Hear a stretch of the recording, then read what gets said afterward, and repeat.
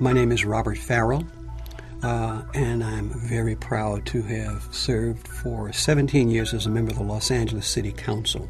In the early 1960s was this thing called the right to vote.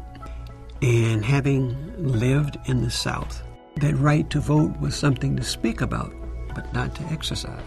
And I guess for me, the realization was that as I was coming into my adulthood, that if I wanted that kind of a change and other things associated with that to change, then I'd have to be part of doing something about it. Voting counts. It absolutely counts.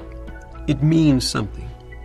I think part of the responsibility that each citizen has is to understand what the issues are and who the personalities are before he or she will vote. In this cycle called 2008, you find that there's a whole segment of people who view McCain, Obama, and Clinton as being all of the same ilk. Either way, we're going to have some incremental change.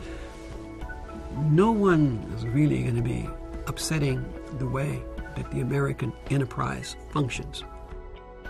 In January, a new president comes in, and the political appointments at the top will change. But the substance, the bulk of the people who represent government at the federal level and the state level pretty much stay in place.